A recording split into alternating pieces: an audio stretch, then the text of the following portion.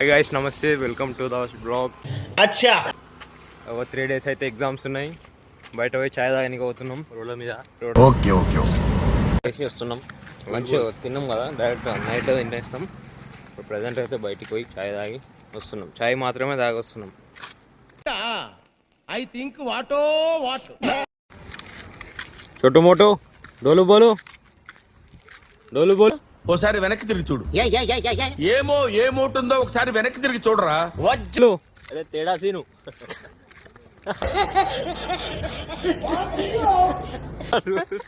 నిప్పు కణం అతడే పెను తుఫాను తలొంచి చూసే తొలి నిప్పు కణం అతడే.